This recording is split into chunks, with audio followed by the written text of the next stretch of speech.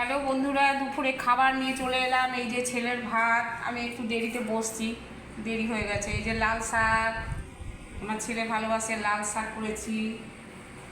তারপরে বাঁধাকপি, এরকম বাঁধাকপির তরকারি, ও ভালোবাসে খেতে।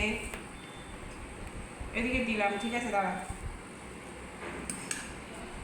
তারপরে এরকম মাংস, খাসির মাংস তোমাদেরকে রান্না পাঠিয়েছি।